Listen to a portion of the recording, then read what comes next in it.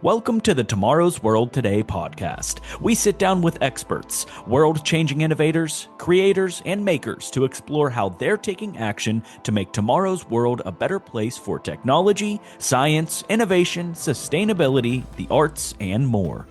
On this archive episode, host George Davison, who is also the host of the TV series Tomorrow's World Today, sits down with Charlotte Traz, the former director of education for New Chapter. She discusses the company's focus on quality and innovation in the natural supplement industry. She shares how she became a master herbalist, driven by a personal health crisis and a passion for holistic medicine. Charlotte also emphasizes the importance of vulnerability, continuous learning, and regenerative agriculture. Welcome, Charlotte. Thank you. I'm so excited to be here. Oh, good. Well, let's see if we can kind of walk us back a little so our audience will know a little bit about New Chapter and where did it all start? Sure. So New Chapter was actually founded in 1982, which actually makes us kind of older than most of the companies in the natural supplement industry. And that makes us unique, but it also makes us credible because, you know, in the natural supplement industry, sometimes you get these fly-by-night companies, and New Chapter isn't like that. You know, we've been around for a long time, and that's because we stand for quality, but also because we're innovators and we're unique. Interesting. So in the very beginning, you must have had a couple of very serious people who were really wanting to innovate the market, right?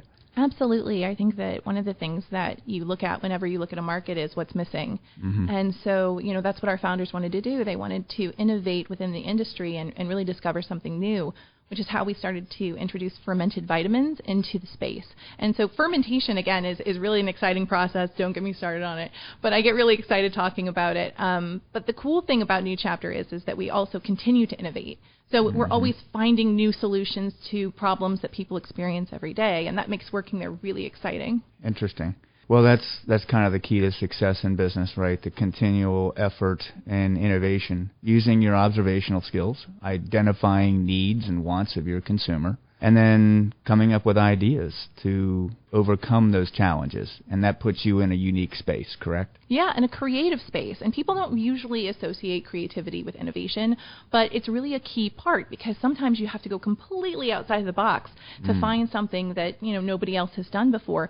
And, you know, once you get there, people are like, oh my gosh, that makes so much sense. But it's new, you know, yes. and that's exciting to be a part of. Well, it is. Anyway, it's exciting. I've learned a lot about your organization over the last few months, I'd say. And I've enjoyed learning about your innovation strategies, and I've seen the changes that you've been making over time. So great work, first of all, to you and your team. Oh, thank you. It's all teamwork. And you know, we always say it makes teamwork to make the dream work. And so, you know, and that's really true. You know, there's no one person that, you know, it's like, oh, it's all thanks to them. Although I probably should say, blame my CEO. Hey, buddy. But no, the truth is that we're a team effort. We all work together. And, you know, I think in business, sometimes you can feel really isolated and like you're on an island. And that's why I think it's really important when you're looking for a job or you're looking for employment that you find somewhere where you feel like you're part of a team because what you're building is so much bigger than any one person. And let's talk about that because you are a part of a team. What's your direct role in the organization? So I have the best job in the entire planet. Like, I just want to say that right now. I'm the director of education. So I get to teach about how our supplements work. And, you know, I get to study things like nutrition. I get to talk about cool herbs and phytochemicals and how they work and react in your body. And I also get to talk about traditional, you know, herbals, and I mean, really, it's one of those things where we also dive into sustainability and regenerative agriculture. So there's so many different aspects of what I get to teach on. So it's never boring. So there's always something new to learn. And with science, because it's constantly changing, there's something always to learn about. So I'm always learning and challenging myself, and then I'm always learning and challenging the team. And the team is always learning. So they come in and they're like, hey, did you hear that? Did you hear this? I'm like, yeah, that's awesome. Or no, I had no idea. And then I have to go immediately look it up. So that's great. But I'm a master herbalist, and that's really exciting for me because my love for plants is kind of ridiculous. And so I get to learn about plants all day. And that's just as exciting as it sounds, everybody. But it is. It's really cool to be passionate about something and get to have that be a part of the way that you make your living. So something must have sparked in you, maybe when you were younger, that maybe a mentor or something must have sparked you to take an interest in plants, right? So it's really funny. Actually, I came to this later in life. I think that, sometimes in the United States, everybody wants you to have everything figured out by the time you're 18. They're like, okay, you're 18, so what do you want to do for the rest of your life? Right. And I was not that kid. I was not that kid. I was a drama kid. I really liked to communicate. I liked to perform. I liked to write. And I thought, okay, cool, this is what I'm going to do. So that's what I went to college for. I went to college in London, and I went for theater. And I got out of school, and I decided to go into education, because education for me was where it was at. I wanted to share ideas and share knowledge, and I also liked the idea of education being exciting, not just humdrum like Bueller, like that, like the monotone teacher who doesn't say anything all day long, right? And I wanted to bring personality and connection back into the classroom. But then I got older, and my interests changed. And I thought, okay, wow, like I'm interested in things like mycology, which is like the study of mushrooms. And then I got a corporate training job in Tokyo. And that's when things really started to change for me, because I started to study Kampo, which is a traditional Japanese healing system. And as I was studying this, I was like, oh my gosh, because I had just finished teaching at a medical college in St. Louis, Missouri. And I was just comparing Eastern medicine to Western medicine. And it was so much more connected. It was so much more holistic. It was, I think of medicine sometimes in our country as brilliant but sterile. And this was a different level. And so I became fascinated. I had to learn all about it. And then it became necessity, because I got sick. And when I got sick, I was like, okay, what am I going to do? I was in Hong Kong at the time. I didn't understand why my immune system was bailing on me. And I was just constantly sick. And I went to the doctor, and in broken Cantonese was trying to understand what they were telling me. And they said, you can go to a Chinese doctor tomorrow, and we can set you up, or you can wait for a Western doctor, but it's going to be a few weeks. And I was like, let's go. Let's figure it out. Right.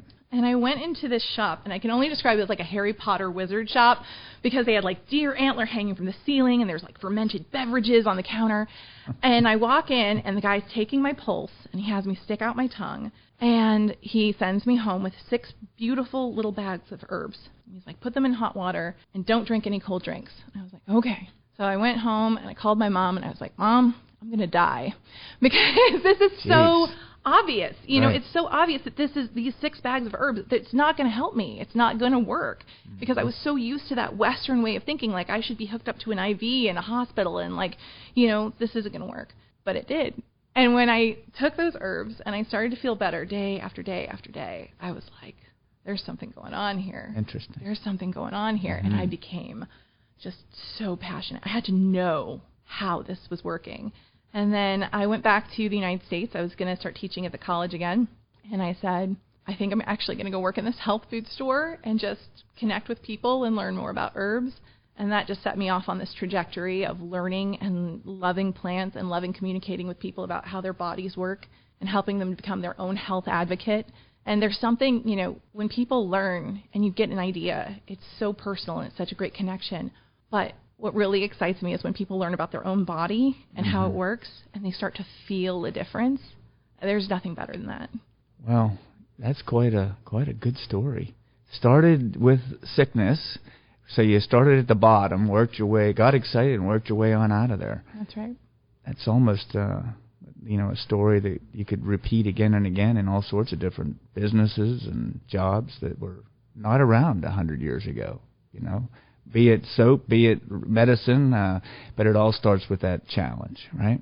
Well, thank you for sharing your story. So if I was to take you back into high school today. No, it's great, guys. It's great. If there was one thing that you could do over again, would you share that with our audience? Sure. I think that when I was in high school, I saw vulnerability as a weakness. And I know it's not now. It's a strength. Having the courage to say, I don't know something, and have someone take you through it so that you can learn it is a huge strength. And I didn't learn that until later in life, because I was afraid to be vulnerable, because I was afraid that if I said, I don't know how to do this, or I don't know this, somebody would say, oh, she's so stupid. She's so dumb. And I didn't want people to think that about me. I wanted people to think that I was intelligent and well-spoken and passionate and kind. And you have these ideas in your head about how you make that persona come to life. And you almost extract the thing that it takes you to get better, which is vulnerability and the ability to ask questions and make mistakes. And I wish that I would have allowed myself to fail more. Nobody is an expert in anything automatically. I think that's a really big fallacy. It doesn't really happen. But what I can say is that, as you learn and as you get better, even now I'm considered an expert in my field, and yet there are times when I'm giving a lecture and I still expect somebody to jump out of the audience and be like, "You, madam, you do not belong here." And I'd be like, "You're right, I don't," because here's the thing, there's always someone who knows more than you. So are you going to feel intimidated by that, or are you going to take the opportunity and say, "Teach me, let me learn more, let me grow"? And I think that's such an opportunity. And I wish I would have known that back then, that it's totally okay to make mistakes, totally cool to ask questions, and it's awesome to fail because you always grow from that failure, always. Wow, what a big share, huh? So vulnerability and using it as a strength is what I just heard. And I think we've talked before about Failure Way Forward on this podcast. So it's repeating again, everybody. It's okay to fail. Because if you use your inner strength, you can get back up and try another time, right? Right, absolutely. And that's the thing is that, you get back up and you have to basically say to yourself, not today. I'm gonna do this anyway. Even if I'm scared or even if it doesn't make sense right now, I'm gonna try and give it my all. And, I've never shot a live podcast like this before, so you see, guys, killing it. And she is. Way to go, Charlotte. Thank you. We're thrilled to have you here. And you're good energy, so it's good to be with you. Thank you. You have great energy, too. It feels good to be with people who are excited about innovation and excited about learning. I think sometimes education just gets a bad rap, boring and, it's books and stuff. Books are amazing. I mean, there's so much within them. I get excited talking about it because the discovery that happens, it's just part of discovering part of your story, and that's very cool. It really is. So let's see here. Knowing what you know today, what advice would you give to a person interested in entering your industry today? Sure. So this is a little controversial, but I'm going to tell you to be selfish. There we go. So actually, I think a better term for selfishness when it comes to taking care of yourself is to be self-full. We live in a society where people aren't taking care of themselves anymore. And we divorce from our bodies. It's like, I've got to accomplish this at the expense of sleep, at the expense of food, at the expense of this. And the next thing you know, you don't even feel like yourself anymore. And I think that we have to stop doing that. And I think if you're interested in coming into natural health, I think if you're interested in herbalism, you have to find what works for you. As an herbalist, we think that there's an herb for everyone. And I get really excited about this because there's usually more than one. But also your needs change over time. My herb right now is rhodiola. Love my rhodiola. Rhodiola is an adaptogen, guys. It helps you adapt to stress. So that's why it's my herb right now, right? But again, if you're studying and, you're looking for a great, study herb, check out lion's mane mushroom. Again, it's a nootropic. That means it works with your brain. Super cool. Helps you study, focus better. Guys, lion's mane. I'm serious about this. I really wish I had known about that when I was in school. But I think that if you find something that works for you and it connects with you, then it starts to make a huge difference, right? And then you want to talk about it. You're like, hey, check out this thing I found. And then you want to learn a little bit more, right? How does that work? How does lion's mane help with neurite outgrowth, which is how your brain communicates with itself? How does rhodiola help your body adapt to stress? How do GABA levels raise in the body? And again, you just have to break it down. And so if you're interested, become your own health advocate.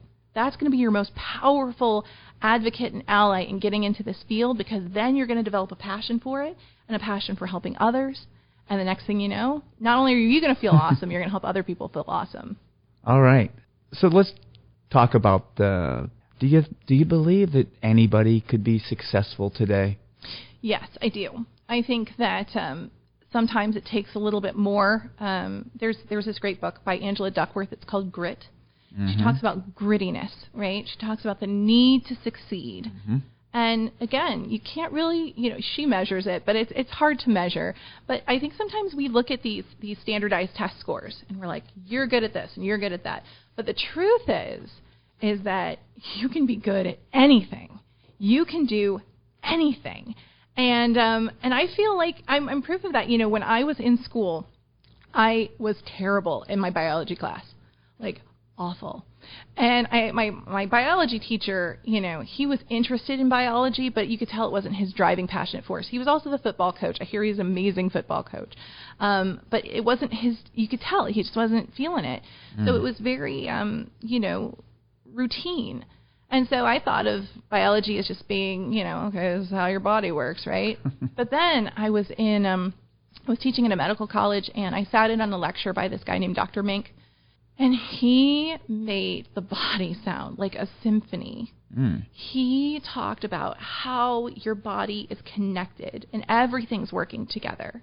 And as it works together, you're creating within yourself energy and life itself. And it became this exciting endeavor to understand. And I thought, where has biology been all my life, you know? Yes. And that's when I was like, yes, the passion is here, right?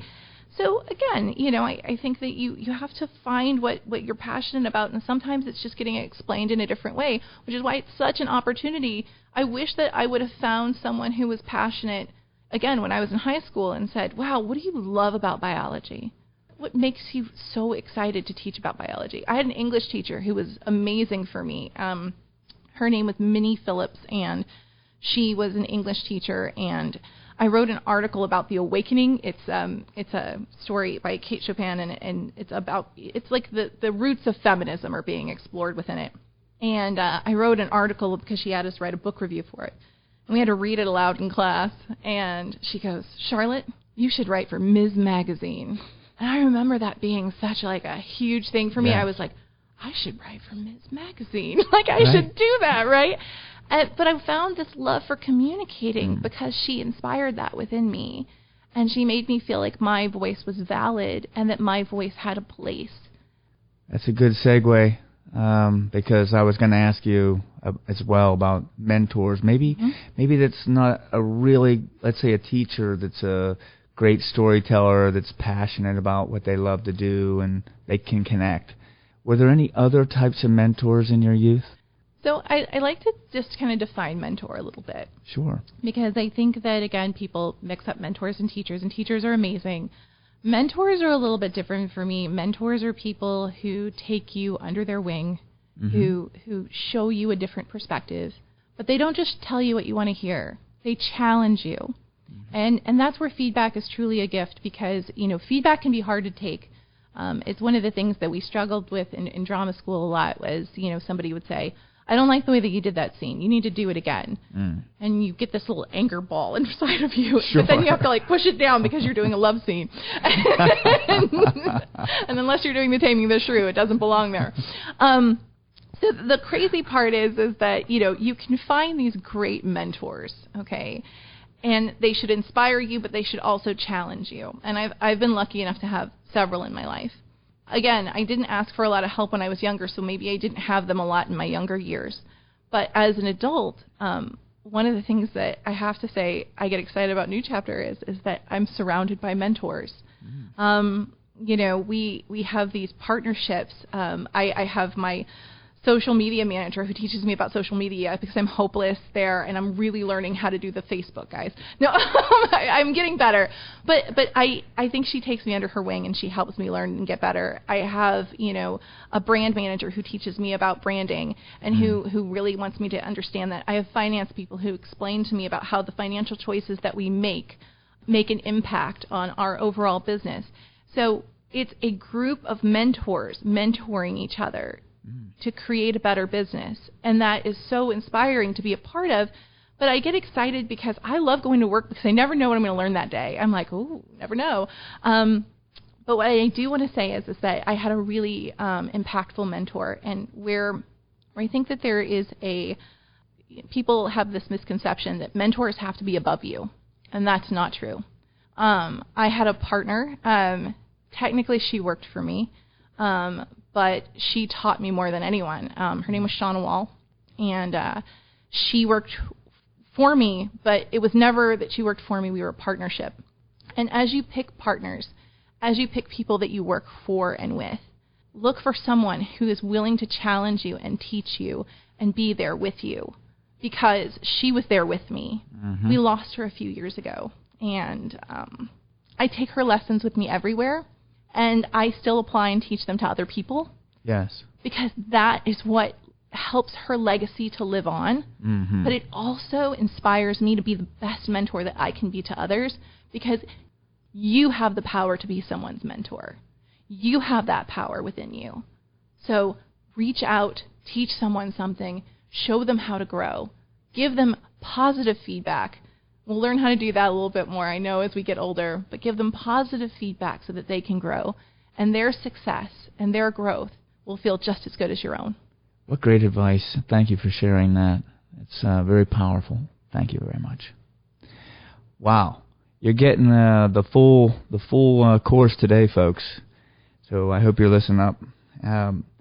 Let's jump back, into the world of where New Chapter is for a minute. Sure. And try to walk back into that world of innovation. And what would you say are some of the innovation initiatives that might be going on inside your operations? And, what kind of opportunities, if those initiatives were successful, would that create for our youth coming up tomorrow? Well, I could tell you about our innovation, George, but then I would have to kill you. It's a little cutthroat in industry sometimes, though. Let's be honest. Sure. Like, everyone wants to keep their innovation a little tight to the chest, because if you're coming out with something really cool and new and groovy, you have to be careful, because sometimes your competitors can move faster than you, or they'll move faster but more sloppy than you. So they'll come out with a very similar product that you're going to come out with, but their quality and ingredients won't be on par with what you've had planned and what you're working towards. But what I will say that we're working on from an innovation standpoint, I know, see, circle around there, I surprised you. What we are working on is regenerative agriculture and sustainability. And this is something that I think everybody should be getting involved in right now, because our planet needs our help. And we have people who are geniuses who work to source our ingredients from where they grow best, but also, we aim to source sustainably whenever possible, because our resources are finite. But also remember that our soil is really nutrient depleted. And why that happens, guys, is because we don't grow for nutrition for food in this country. We grow for yield. So no one's like, oh, hey, my oranges have the most vitamin C ever. That's not what happens. What happens is they say, I have the prettiest orange. But if I told you that orange actually had less nutrients and less nutrition than it did in the 1970s, and you'd have to eat 8 oranges today to get the same amount of nutrition from one orange in the 1970s, you would say, we've got to change our farming practices, right? We've got to figure out how to get nutrition back into the soil.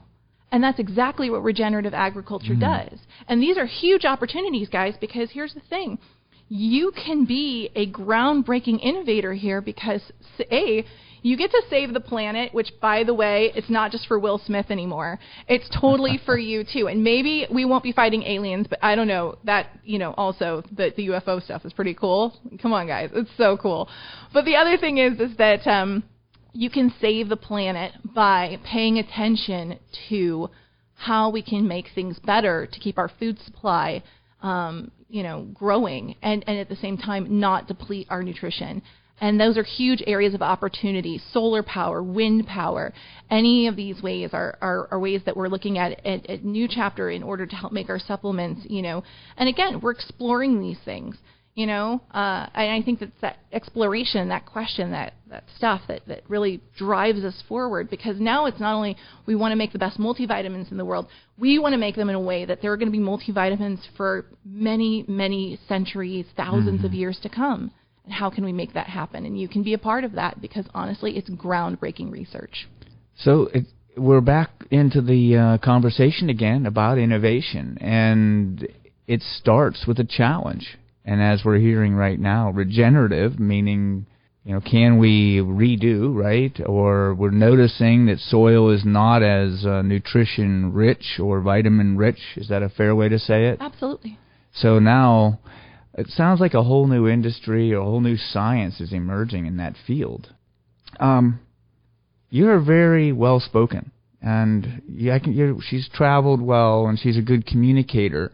You've worked very hard to try and communicate to our audience today and to make it interesting. And that's a skill set, from listening to what the challenges are, trying to think through how do I want to get out what I want to say and make it interesting to my audience, right? That's storytelling 101, but it's not always done all that well because the person isn't listening closely enough. And so listening, it can serve well in storytelling to set up your story, but also it can serve you well in the field of innovation. Because if you're listening really well, you might just, in a way, you'll notice that the soil's being depleted. That is where you find opportunity, right? And so innovators are usually very good listeners. And then they use their observational skills to identify, all right, now what can I do with this? And then you begin the experimental phase, and you need to be able to fail a lot in order to become an innovator in that field. So you've really helped us a lot today. I can't thank you enough, Charlotte. Do you have anything else you'd like to offer our audience today? Yes. First of all, have a really good time learning, because learning is so much fun. And sometimes you get frustrated when things don't go right. You know what I'm saying? It's all part of that scientific process. When things don't go right, we even see it in like movies when the scientists are trying to figure things out. They throw the beaker against the wall and they're like, but they keep going, right? Yes. So keep going. Keep exploring. When somebody tells you it's all been done, that's not true. There's always things to explore. There's always places to explore. There are always things to be discovered. Sometimes within us, people didn't even know what the microbiome was. Do you remember like in the 90s when everybody thought like good bacteria, it wasn't a thing. It was like germs are bad. Germs are yucky, right? That's bad bacteria. But then people were like, wait, there are good germs. And you're like, what? Good germs? So keep exploring, because trust me, there's never one side to any coin. Like you have to keep looking for what makes it special, what makes it unique. Challenge, be rebellious. By the way, one of the things that I'm going to tell you is be a total rebel. I love this about herbalism, because herbalism is founded by rebels. Our founders were rebels. They wanted to challenge the system. Our company is a little bit of a rebel, and this is why I like working for them, because if you challenge the status quo, if you say, this is the way it's always been done, but could we do it better? Is there another way? And see, that's how herbalism actually got started, is that people started moving towards Western medicine, right? And they were like, oh, herbalism, it's so passé. But then it's funny. Do you know a lot of the pharmaceutical drugs that we have today are based on herbal medicine? And again, how are we cycling back? How are we learning about what these plants can do? So again, explore, be a rebel, challenge the system, fight the man. I'm joking. but have fun doing it, because fail forward. All right, Charlotte. Well, thank you so very, very much for being a part of our podcast group. And I hope everybody gained a lot out of this today. Thank you very much. And that's another episode. Thank you for listening to this episode of Tomorrow's World Today podcast. Join us next time as we continue to explore the worlds of inspiration, creation, innovation, and production.